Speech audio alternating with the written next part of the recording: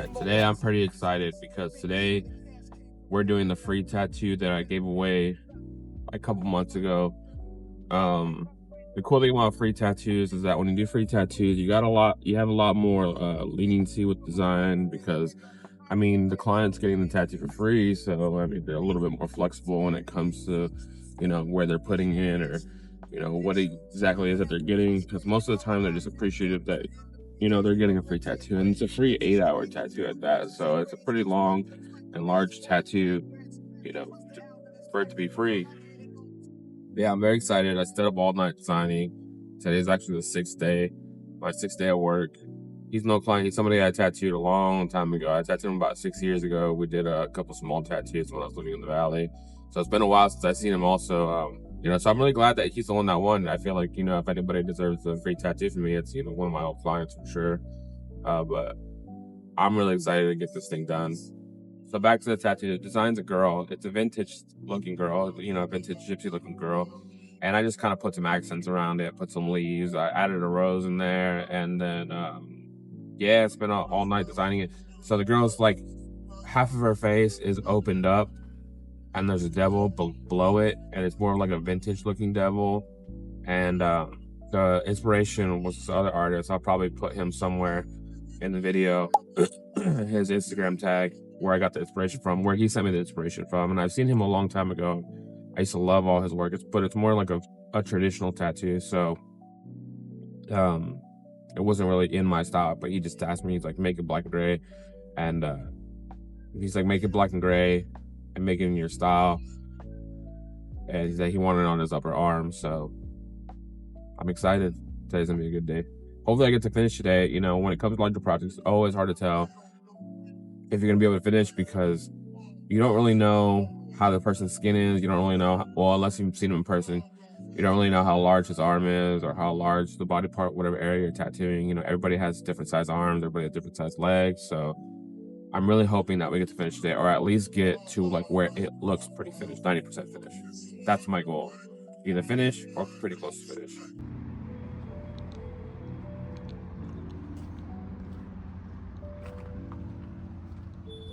So I showed up to the shop. He said he really liked the design. He asked if we could go ahead and make the devil stick his tongue out. And I told him, yeah, I could go ahead and do that. But he asked me what I thought about it, if I thought it'd be a good idea to go ahead and do that. I told him we could do either or. It's really up to you. When it comes to changes, when it comes to certain changes in design, I like to leave it up to them. I like to give my opinion, but I don't like to be too pressuring because in the end, it's their tattoo and they're the one who has to live with it forever. So if he felt he would enjoy the tattoo more if the devil had his tongue out, I gave him the option. He went ahead and brought in his wife to see what she thought about the idea, and she liked the design the way it was. She thought the tongue would be too much. So we went ahead and went with the original design I first showed him. The only change he asked me to make was to make the horn a little bit more of an S curve rather than a C curve. So here what I'm doing, I'm just roughing it in on Photoshop with the paint brushes, just so when I go ahead and click that filter tool to make the stencil, it's there on my stencil. And as far as like shading and the realism goes, so as far as the shading goes on the actual tattoo, I'm also kind of roughing in the shading there. I don't need to be perfect. I can go ahead and make it perfect when I'm actually tattooing it, but it's just a visual help for when I'm actually tattooing it. But I'm not going to do it the exact way I brushed it in right now. What I'm also doing is I'm darkening some of the shadows and I'm boosting up some of the highlights. I'm doing this because I'm going to go ahead and print out the image, and when I print out the image, I'm going to use that as a reference. Some artists, what they'll do is they'll go ahead and use the iPad for the reference.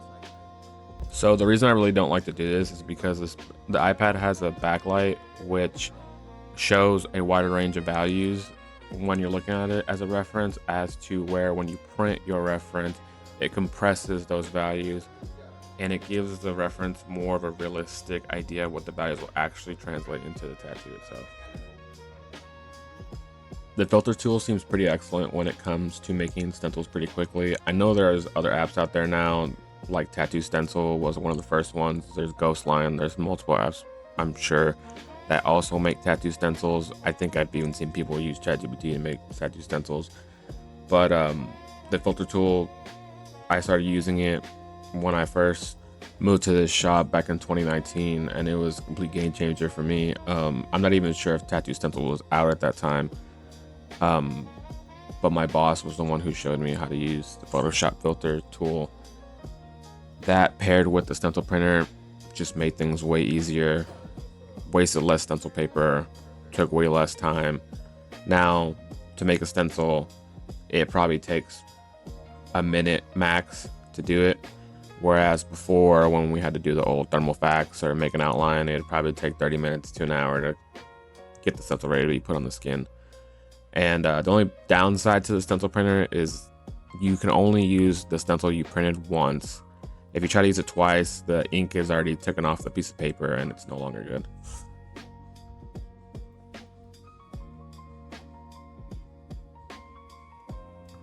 But the filter itself on Photoshop does have a downside. When there's soft shadows in the image itself, like the soft shadow on the cheek or the soft shadow on the nose, it doesn't outline it very well. It'll make some subtle marks to insinuate that there's a transition there, but you see like on the chin and you see like on the cheek or even the jawline, that filter doesn't really make like a hard line to show that transition.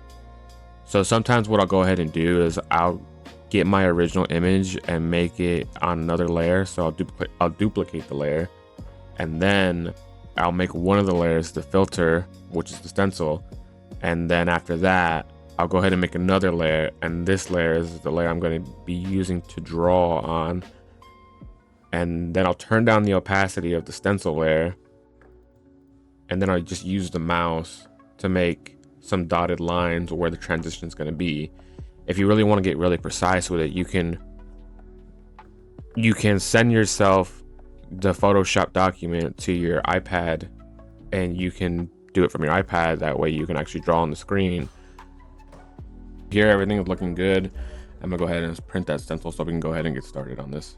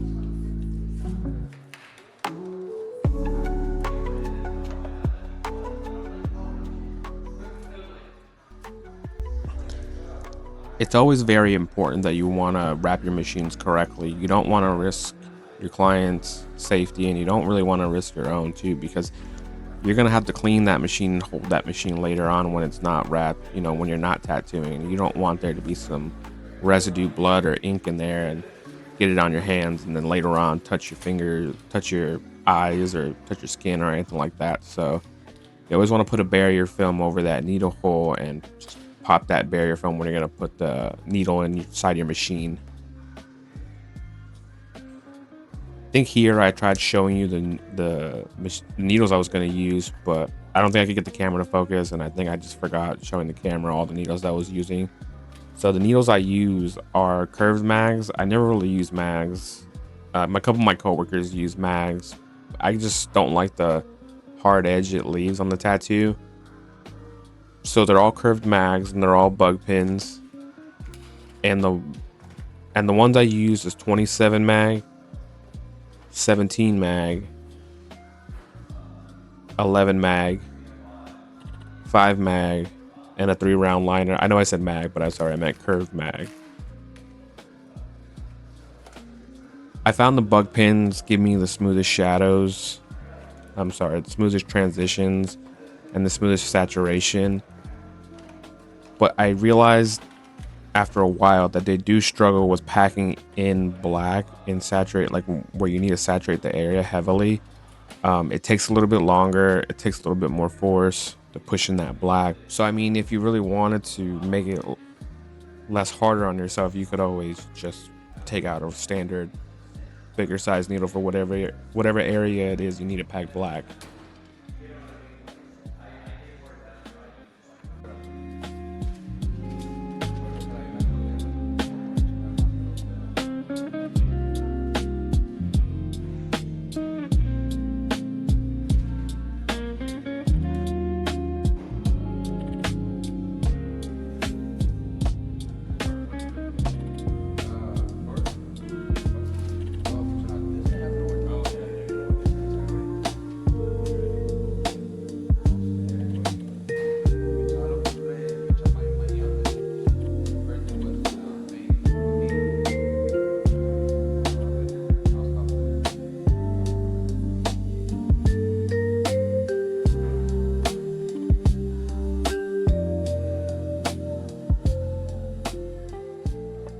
Realized after putting on that stencil that his current tattoo that's on his chest was overlapping my stencil, and here I'm letting him know that the tattoo is going to kind of go into that other tattoo, and that if he wanted me to make it bigger, I mean smaller, that I could go ahead and do that to avoid touching that tattoo. But he said he really didn't care, that he was going to end up covering it anyways. So we just went ahead and went over that tattoo. It wasn't a problem at all.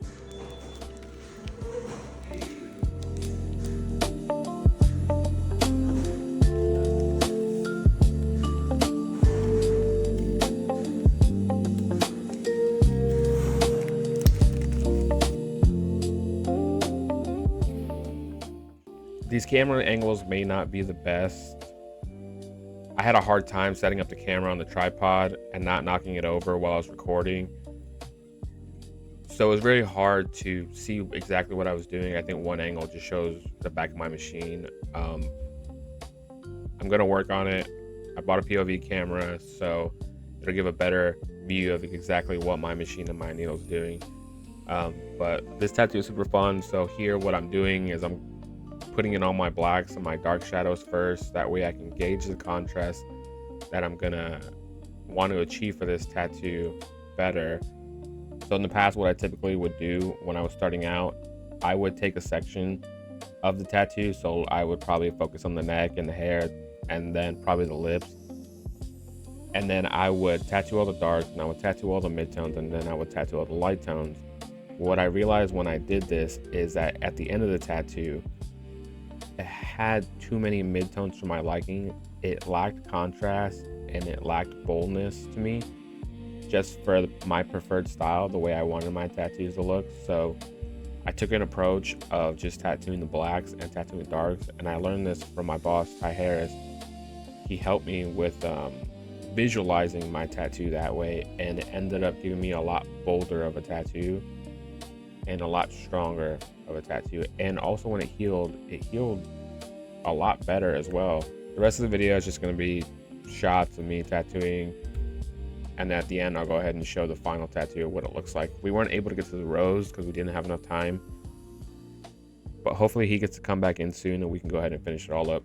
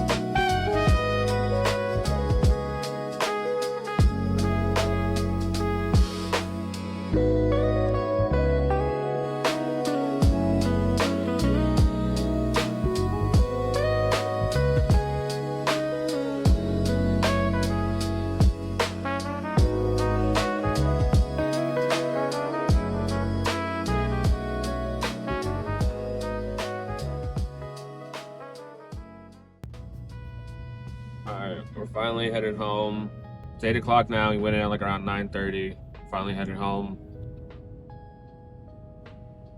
Wait, no, sorry. We went in at 9 o'clock. It's 8 o'clock now. I finally headed home. Tired as fuck. It's a long ass tattoo. I was definitely trying to get a lot of it finished.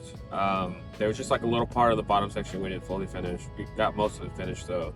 We got the girl's face and the devil's mask in there.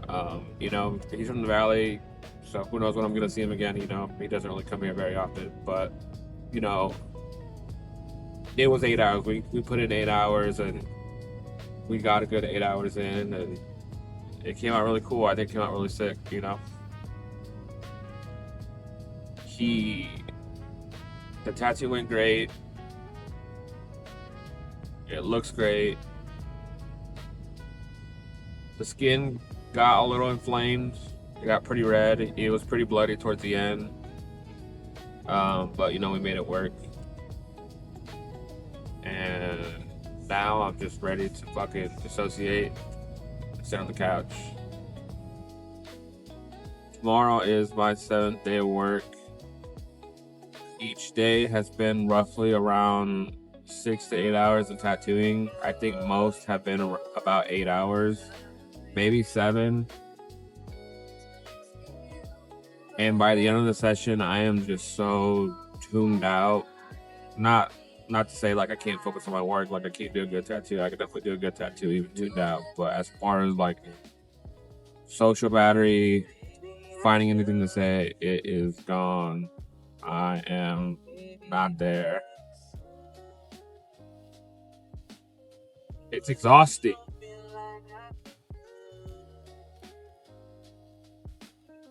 I can't wait till Saturday night just to have a couple drinks, hang out, play my video game, not have to worry about waking up early in the morning, and just relax. Hopefully eat something good. I said earlier about those steaks. I don't know if I want steaks. I just want something real good. But I mean, steaks also sounds good. But you know, you can eat steak like on a healthy day too. So it's like really like, you know, I feel like cheat day should be something, you know, fucking fattening and hearty and good. I really want fucking shrimp boil. I think I might get shrimp boil on one day. Anyways, that's the video. That was a day.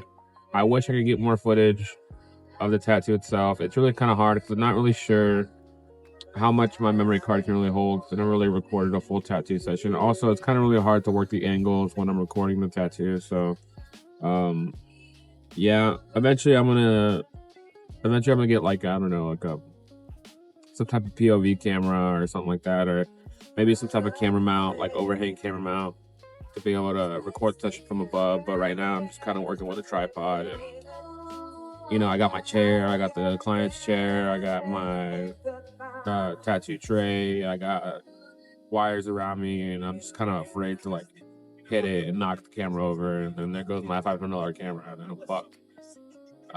But yeah, hopefully in the future I get like some type of mount or some type of overhead thing.